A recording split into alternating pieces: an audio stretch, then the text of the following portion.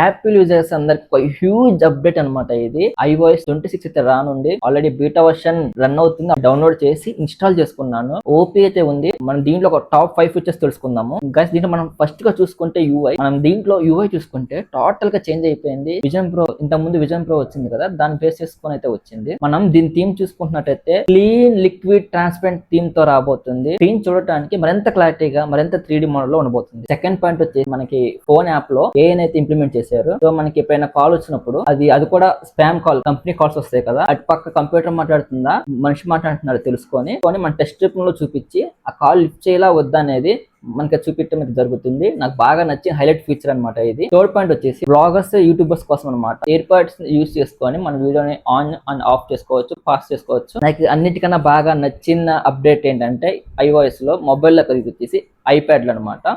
IPad లో multi tasking idea ఉంది కదా, ఇది వరకు మనకి స్ప్లిట్ స్క్రీన్ లో వచ్చేది. ఇప్పుడు వచ్చేసి మనకి పీసీలో ఎట్లా యూస్ చేస్తున్నాము, విండోస్ సపరేట్ విండోస్, సేమ్ అట్లాగే మొబైల్లో కూడా యూస్ చేసుకోవచ్చు. అండ్ నెక్స్ట్ హైలైటింగ్ పాయింట్ వచ్చేసి గేమ్స్ కోసం మీరు సపరేట్ గా ఒక యాప్ అయితే తీసుకురాబోతున్నారు iOS 26 లో. సో ఆ యాప్ యూస్ చేసుకొని డిఫరెంట్ గేమ్స్ ఆడుకోవచ్చు.